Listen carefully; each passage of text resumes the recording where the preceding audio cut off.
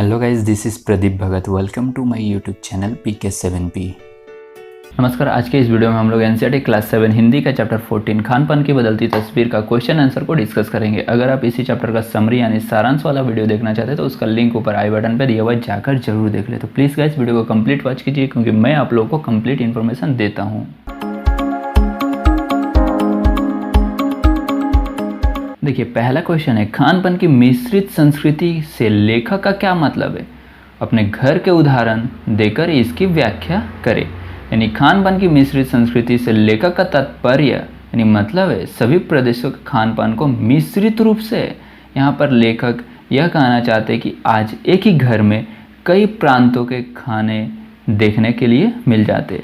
लोगों ने उद्योग धंधे, नौकरियाँ या तब्दलों के कारण यानी ट्रांसफ़र के कारण वह अपने पसंद के आधार पर एक दूसरे प्रांत की खाने की चीज़ों को अपने भोजन में यानी भोज्य पदार्थों में शामिल किया है। मेरा घर कोलकाता में। अगर आपको यह वीडियो क्लियर नहीं दिखाई दे रहा है तो आप अपने वीडियो क्वालिटी को ऑटो मोड से 480 पिक्सल में कर लीजिए। मैं बंगाली परिवार से हूँ। हमारा मुख्य भोजन चावल और मछली है, लेकिन हमारे घर में चावल और मछली के अलावा दक्षिण भारतीय व्यंजन इडली, सांभर, डोसा आदि और पाश्चात्य भोजन बर्गर, नूडल्स भी पसंद किए जाते हैं। यहाँ तक कि हम इन्हें बाजार से न लाकर अपने ही घर में बनाते हैं। और हाँ गाइस, आगे बढ़ने से पहले ज़रा इस वीडियो को लाइक कीजिए, चैनल को सब्सक्राइब कीजिए और नोटिफिकेशन बेल को ऑन कर लीजिए ताकि आगे आने वाली वीडियोस का भी लुत्फ उठाते रहें। नेक्स्ट क्वेश्चन है, खान पान में बदलाव के कारण कौन से फायदे हैं, लेकिन लेखक इस बदलाव को लेकर चिंतित क्यों है? खान पान में बदलाव से निम्न फायदे हैं। पहला, भिन्न प्रदेशों की संस्कृतियों को जानने और समझने का मौका मिल जाता है। नेक्स्ट है, राष्ट्रीय एकता को बढ़ावा मिल जाता है। थर्ड है, अलग अलग प्रकार के भोज्य पदार्थ खाने में मिलने के कारण खाने में रुचि बने रहती है। फोर्थ है, देश विदेश के व्यंजनों खान पान के बारे में पता चलता है। फिफ्थ, गृहिणियों व कामकाजी महिलाओं को जल्दी तैयार होने वाले विविध व्यंजनों की विधियाँ उपलब्ध होती है। सिक्स्थ है, स्वाद, स्वास्थ्य और सरसता के आधार पर भोजन का चयन कर सकते हैं। समय की बचत भी होती है। लेकिन इन सब के अलावा लेखक बहुत चिंतित है। इसका क्या कारण है, आइए जानते हैं। खान पान में बदलाव आने से होने वाले फायदों के बावजूद लेखक इस बदलाव को लेकर चिंतित है, क्योंकि उसका मानना है कि आज खान पान की मिश्रित संस्कृति को अपनाने से नुकसान भी हो रहा है, जो कि निम्न रूप से है। पहला, स्थानीय व्यंजनों का चलन कम होता जा रहा है, जिससे नई पीढ़ी स्थानीय व्यंजनों के बारे में जानती ही नहीं है। नेक्स्ट है, खाद्य पदार्थों में शुद्धता की कमी होती जा रही है। थर्ड है, कुछ व्यंजन स्वास्थ्य की दृष्टि से उचित नहीं है, पौष्टिक तत्वों का अभाव होता जा रहा है। थर्ड है, खान पान के मामले में स्थानीयता का क्या अर्थ है? खान पान के मामले में स्थानीयता का अर्थ है कि वे व्यंजन जो स्थानीय पसंद एवं उपलब्ध साधनों के आधार पर बनते हैं, जैसे मुंबई की पाव भाजी, दिल्ली के छोले कुचले, मथुरा के पेड़े व आगरे के पेठे नमकीन, तो कहीं किसी प्रदेश की जलेबियाँ, पूड़ी और कचौड़ी आदि स्थानीय व्यंजनों का अत्यधिक चलन था और अपना अलग ही महत्व भी था। खान पान की मिश्रित संस्कृति के आने के कारण अब लोगों को खाने पीने के व्यंजनों में इतने विकल्प मिल गए हैं कि अब स्थानीय व्यंजनों का प्रचलन धीरे धीरे कम होता जा रहा है। दूसरे प्रदेश का खाना इतने बहुत सारे वैरायटी आइटम होते जा रहे हैं कि वे खुद के खाना को भूलते जा रहा है। नेक्स्ट क्वेश्चन है कि घर में बातचीत करके पता कीजिए कि आपके घर में क्या चीज़ें पकती है और क्या चीज़ें बनी बनाई बाज़ार से आती है।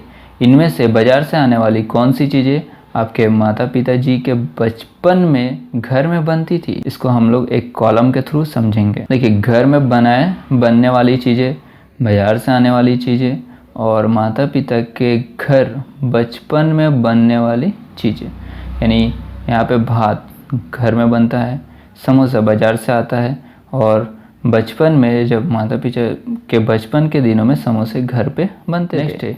घर में बनने वाली चीज़ें जैसे दाल है और बाज़ार से आने वाला चीज़ें जैसे कचौड़ी है और बचपन में बनने वाला चीज़ जैसे कचौड़ी है।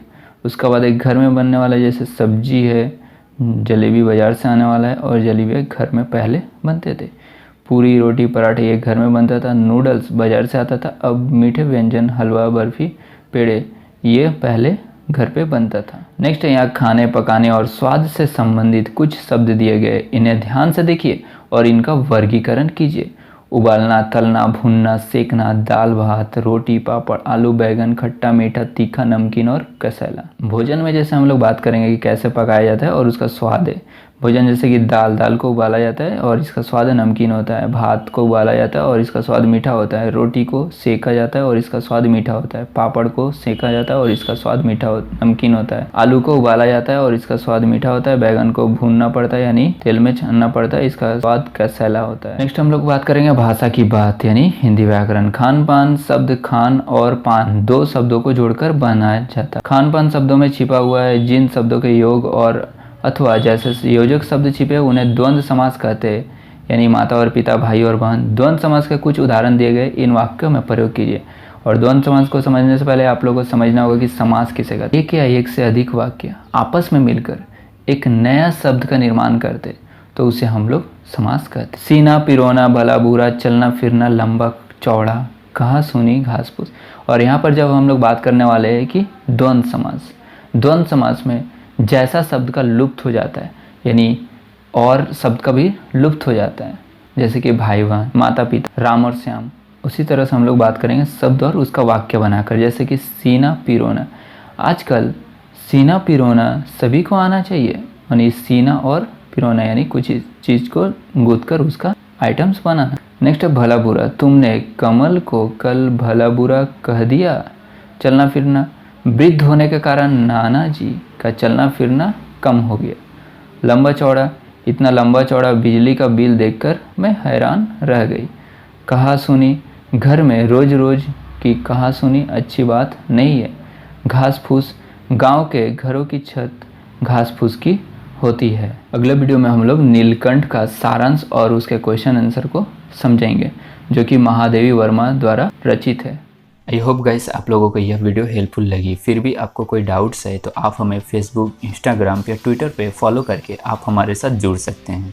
मैं प्रदीप भगत मिलता हूँ आपसे एक नए वीडियो में एक नए टॉपिक के साथ। तब तक के लिए बाय बाय, टेक केयर, जय हिंद, वंदे मातरम।